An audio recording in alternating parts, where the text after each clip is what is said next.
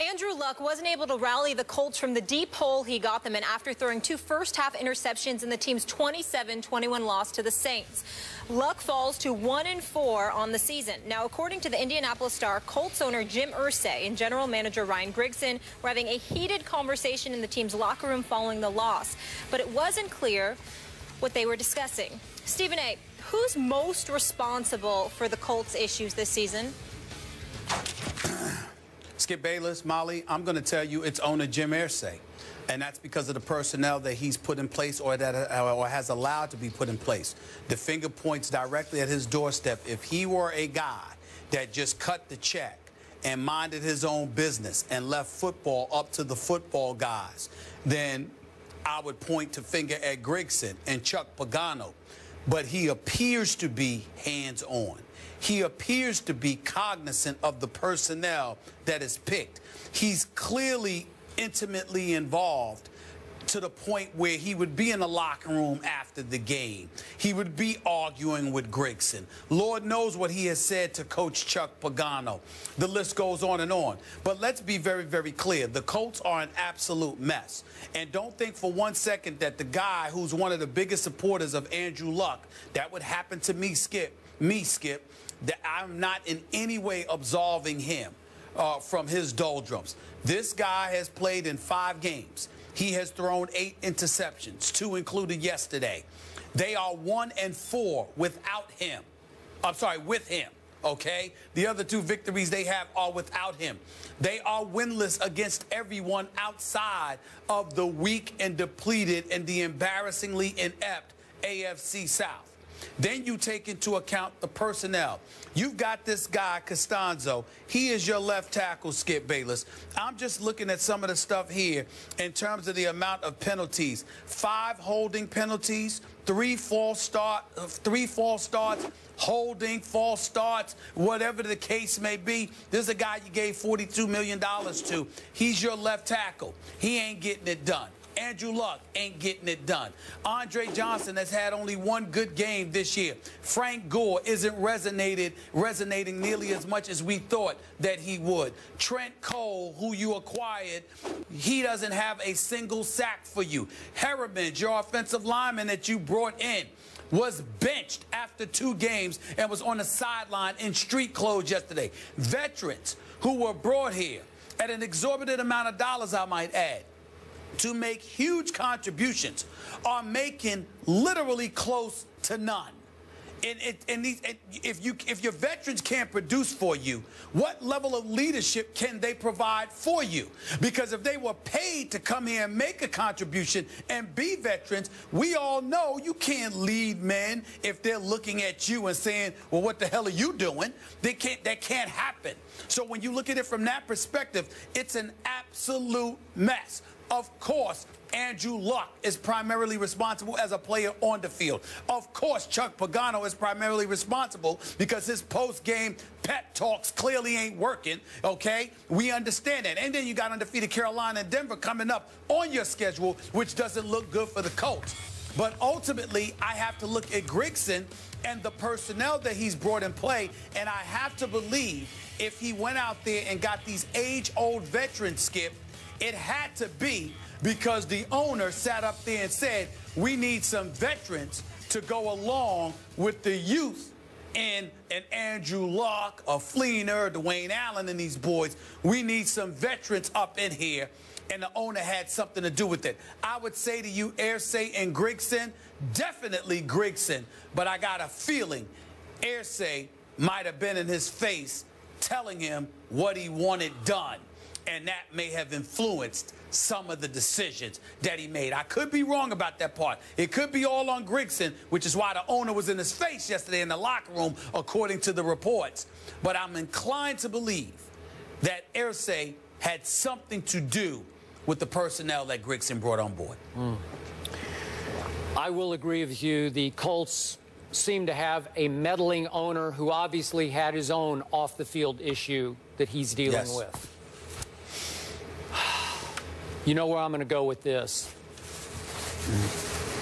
Whatever responsibility we're talking about, whatever blame we're talking about, starts and finishes with the franchise quarterback, Andrew Luck.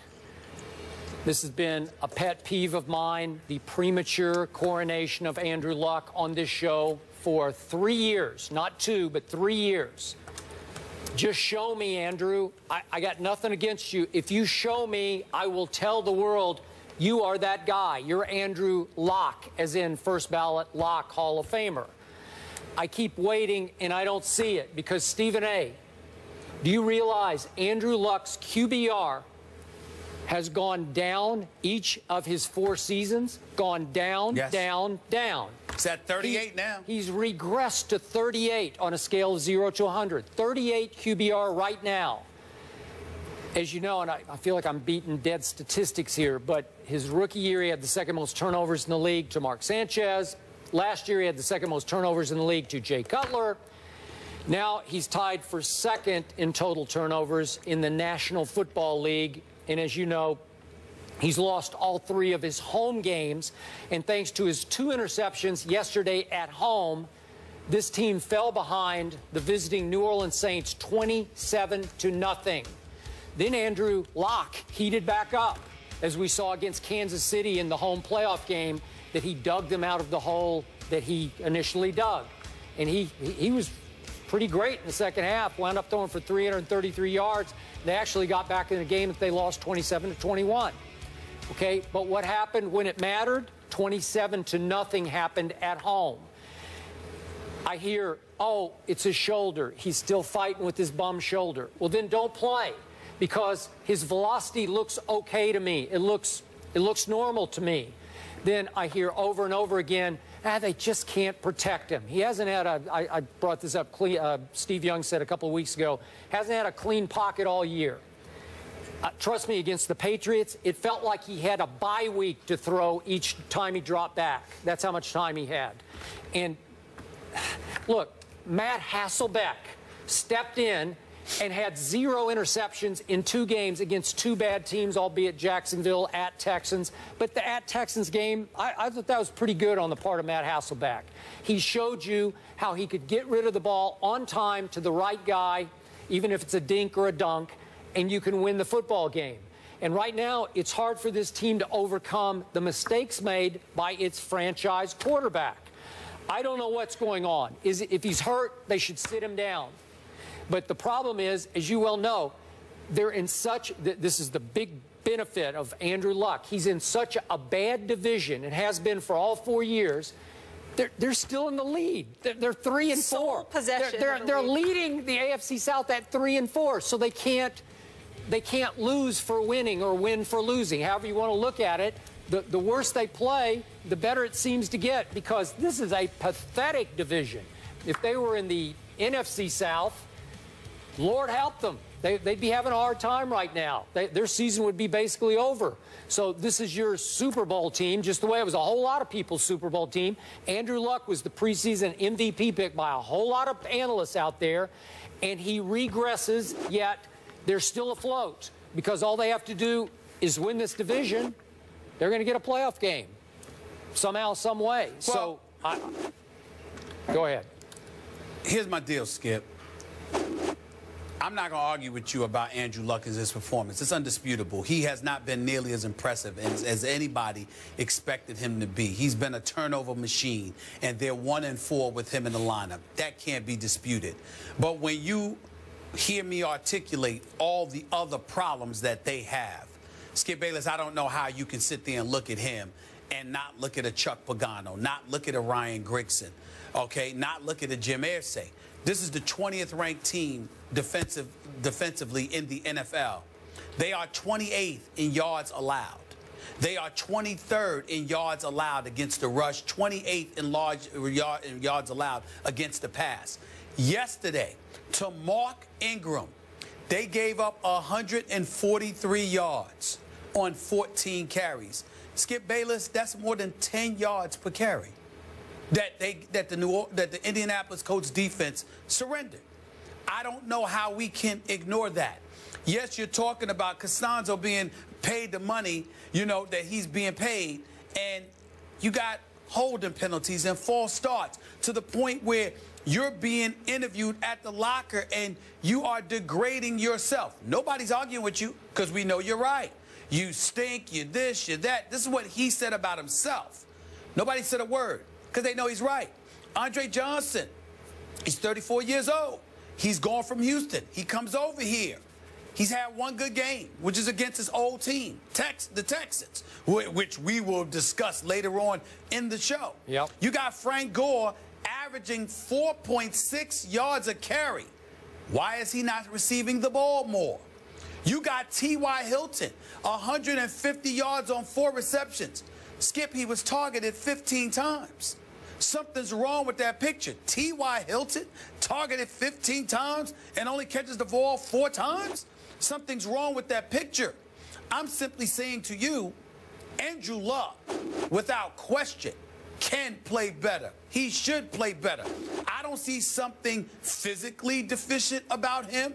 I don't see his IQ having diminished in any way. Something just doesn't seem to be clicking. And when you've got Harriman's being benched, and you've got, when you've got Trent Cole doesn't have a sack on the entire season, when you see the different areas all over the place where the problems are taking place, that's not the quarterback. The quarterback could help alleviate it.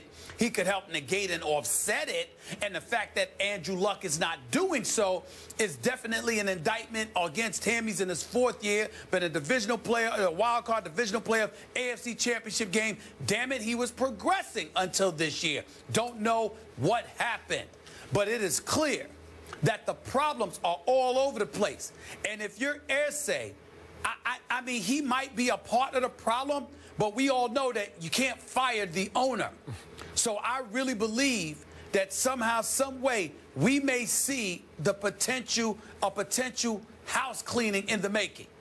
Because you might have to get rid of a whole bunch of people. And I'm not advocating that Grigson be fired or that Pagano be fired. I'm simply saying it looks possible because that usually happens when there are problems everywhere. And the Colts have problems everywhere. I'm with you. We'll see Luck against Cam on Monday Night Football. But meanwhile, the G-Men are on top of the NFC East. But is it still anyone's division to take? Will New York hold off their division rivals when all is said and done? Eric Allen is in the house. He'll offer some insight when we return. Stay here.